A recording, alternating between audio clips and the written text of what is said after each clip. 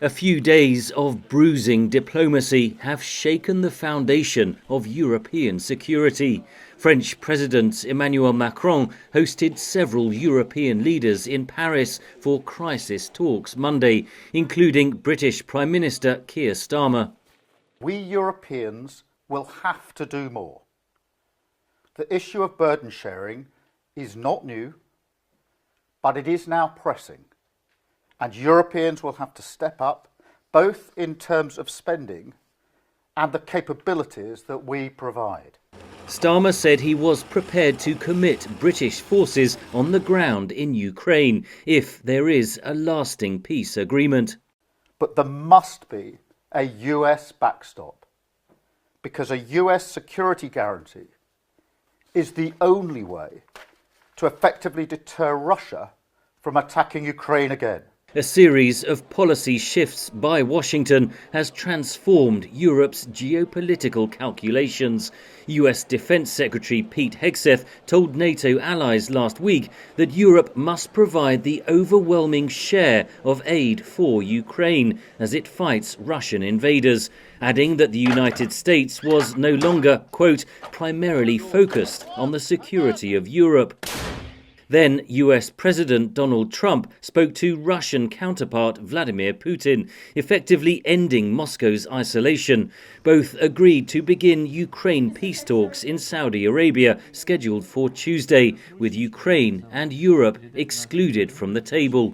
We are witnessing tectonic shifts of the order structures and also of the positioning of major powers. European leaders must make some big decisions, another analyst says. Not just maintaining, but upping support for Ukraine, given it's very clear that the US is not going to play a major role anymore in the way that it has under Biden, but also for European defence and security in the medium to longer term, what that's going to look like.